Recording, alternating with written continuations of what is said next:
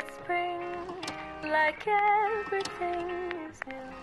The sunburst flowers calling on warm days overdue. But I caught like everything is new. This month of August, it's been a month of celebrations because I've been in a pretty big reading slump. It's just been hard for me to like kind of get into the motion of things. And so this month I actually accomplished 3 major things that I had been wanting to do for a long time. For one, I read a book that has literally been sitting on my shelves for years and years and years. I have this book since I was probably like in 10th grade, which was 10, 11, 12, first year, second year, third year, fourth year, 9 years ago. And I have finally read it, and let's just start off with that one because it was the first book that I read for this month anyways, and that is this book behind me called Love and Gelato by Jenna Evans Welch. And I had just been waiting to read this book because it feels like an injustice to read this at any time in the year besides summer. In this book, we are following a girl named Lena who is essentially following the dying wish of her mother.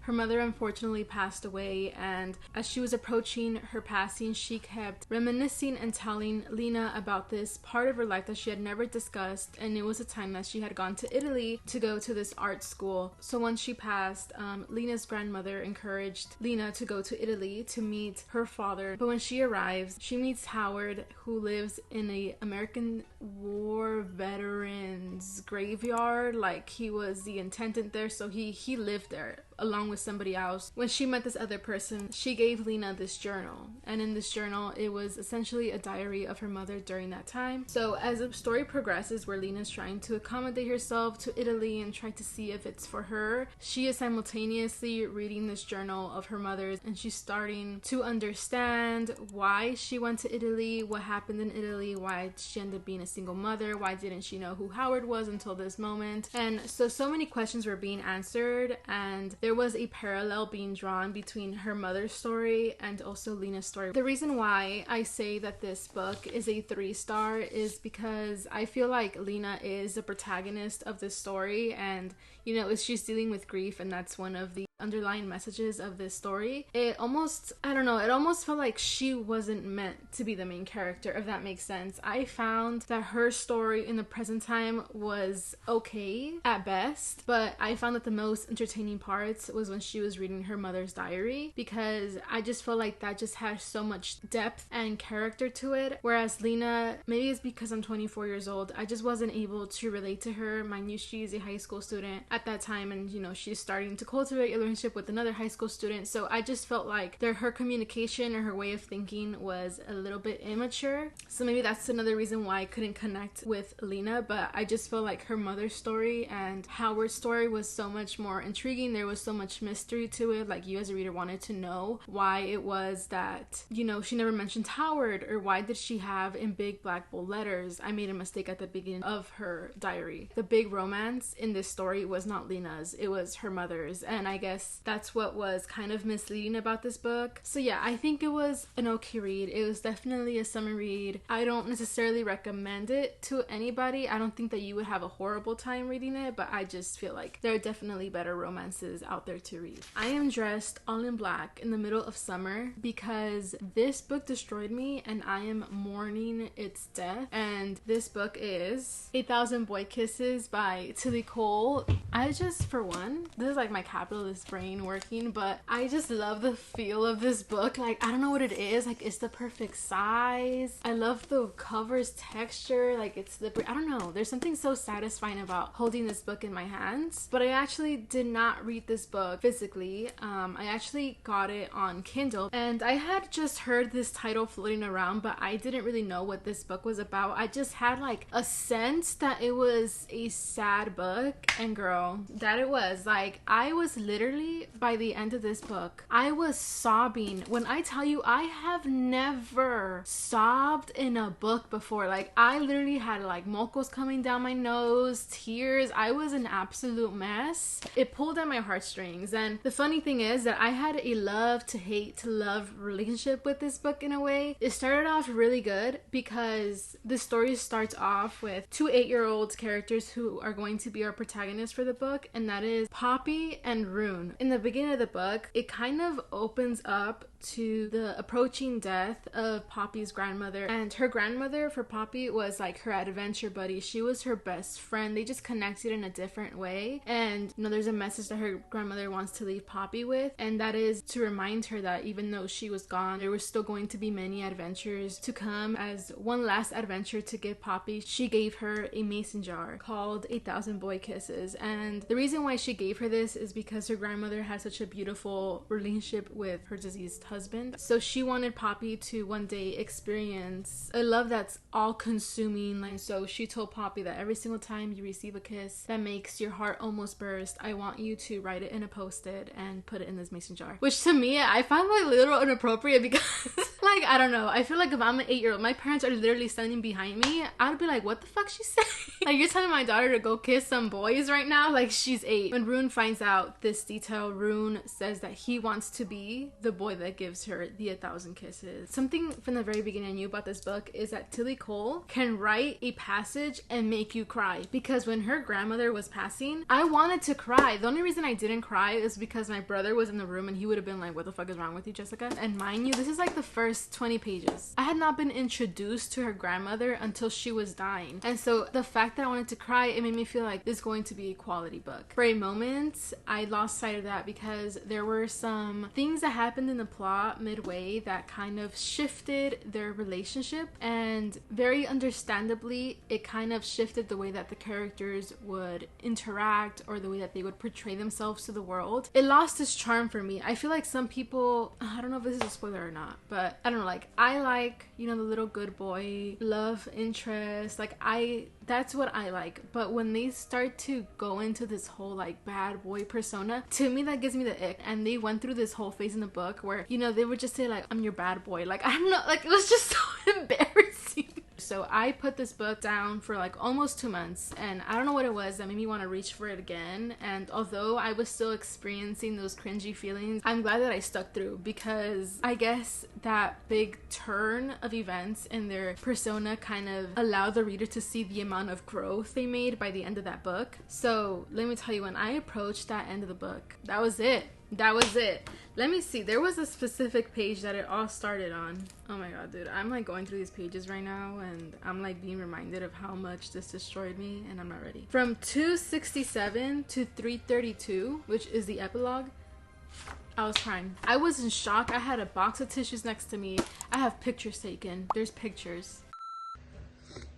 I'd be lying if I said that this book does not have me fighting for my life right now.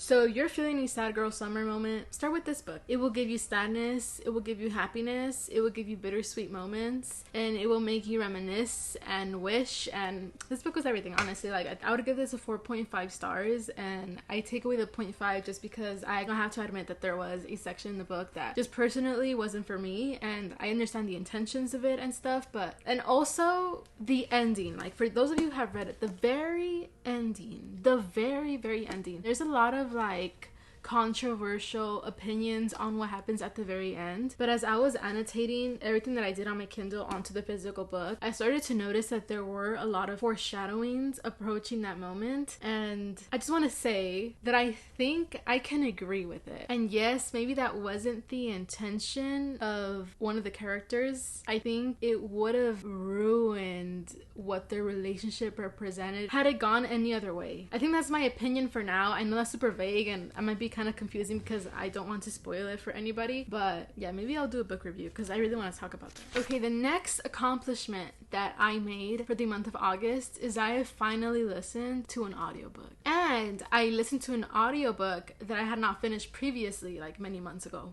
And you know what? I took that as like you were in a reading slump. That's why you weren't able to finish it, because you love these authors. The past Jessica me was onto something, and I'm talking about Something Wilder by Christinalauren. Now, I love Christinalauren books. Like, I had high expectations because I read about 50% of their books or heard their audiobooks, and I've loved each one. Each one gives me a smile on my face at the very least. It makes me happy. It's just a very addicting and short story. So when I approached this story, I thought that it would kind of mimic the same emotions or same reactions that I have for the other books, but that just wasn't the case. I found that this book fell very flat, but let me just explain to you very quickly what this book is about, and I'm going to admit I can't remember one fucking thing. So we follow this girl named Lily Wilder, and she is a daughter of Howard Wilder, I believe. No, she's a daughter of Duke Wilder. I don't know where I got Howard from. Oh, from Love and Gelato, because he's a father of whatever. Her father is Duke Wilder. He is very famous. He's a very famous treasure hunter. He owns a ranch, and he is known for making very complicated riddles that lead to a treasure. Prior to his death, she found this guy at the ranch. She was visiting for a couple weeks, and they kind of sparked a relationship, and they fell very much in love with each other. However, due to unforeseen circumstances, he had to leave, and despite their promises to keep in touch and have communication, that kind of fell off. So we fast forward more in the future of her life, and she is working with this girl named Nicole, and she works for a business where she gives tours to people who want to go to the desert and ride horses and know about the Wild West. And so in one of those tours, a group of guys go for a boys trip, and in there she finds her long lost lover, and in that sense they start to reconnect, and they go on to this big treasure hunt that none of them expected to go on. This book is very much like an adventure, love, second chance romance kind of thing, and what I found weird about this story was the pacing. Typically when it's second chance romance, you expect some sort of miscommunication, which is very much the case in this story, but this conversation happened pretty quickly. So when it happened, we weren't even like halfway through the book, and as a person who reads a lot of second chance romance, that's a rare treat. Like, that does not, you have to deal with so much miscommunication for the majority of the book, and then you get the satisfaction of these characters finally understanding each other towards the very end. However, these two characters solved this so quickly that I was kind of left like, now what? What is there for me to look forward to? Honestly, the aspect of adventure wasn't interesting. Like, it just, they're going on a treasure hunt, and I guess, you know, there's some things that are supposed to be unexpected, but they're very much expected. Like, they really set up the platform for me to guess what was gonna happen. Before something happened, I knew what character was gonna come up, what were they gonna do, the tale they were going to spin. It just fell flat, but I don't think I'm going to stop reading their stories, because, I mean, I read so many good ones. I'm not going to let one bad one steer me away. But yeah, Something Wilder just didn't meet my expectations for them. I read their author's note at the end, and they said they wanted to write it due to the pandemic and everyone being indoors. They wanted to write a book that involved the outside world. Nah, you should have just kept that shit inside. I give this book 2 stars. Okay. Last book, and this is a big accomplishment for me because it came out of my own free will to read this kind of book, and it is an autobiography. I always read fictional things. I rarely read non-fictional unless it's for school, and I don't even read that sometimes. I read I'm Glad My Mom Died by Jeanette McCurdy. I don't think I'll ever be someone that naturally reaches for nonfiction, but Jeanette McCurdy did such a beautiful job writing this book, and I am so glad that she gave us such a perspective and insight in what it is to work in the film industry or in Nickelodeon. We're following her story when she's a child up until after her mother's death and the things that she had to deal with, and there's just some things that I just would have never guessed that Jeanette was going through, and it just goes to show, like, you really don't know anybody. Even if you see them on your screen every Friday night, you don't know this person. And she's just talking about the struggles of, you know, dealing with an eating disorder from a very young age, and being in a public eye, and dealing with a very controlling narcissistic mother, dealing with narcissistic and pedophilic producers and directors, you know, the relationships she had in her love life, but also with co-workers. And I don't know, it was just something very insightful and a very pleasurable read, although it wasn't talking about things that bring me pleasure per se. And even though she was dealing with a lot of dark topics, she still managed to put very funny and like witty comments within these dark matters to kind of lighten up the mood. That's another book that I read that I really enjoyed, and it is the best nonfiction book that I've ever read in my life. Mind you, I haven't read many, but I think that any that come after this one would be pretty hard to beat. That's all for me. I'm proud of myself. I'm proud to be getting into like the groove of reading, because it really does bring me so much joy. Like A Thousand Boy Kisses, like as you're reading this book, although you're like sobbing and crying, it does remind you how powerful and magical books can be, because they really take out emotions from you that you might not express in your real life, and text on a page is what kind of makes it happen, and there's a certain power to that. So I'm just very glad to be back in the groove of reading, and yeah, I'll see you next time. Let me know what books you read in August. I'd love to hear, and let me know if you read A Thousand Boy Kisses, and in a very discreet and vague way, tell me what you think about the very, very ending of this book. Bye, see you next time, take care.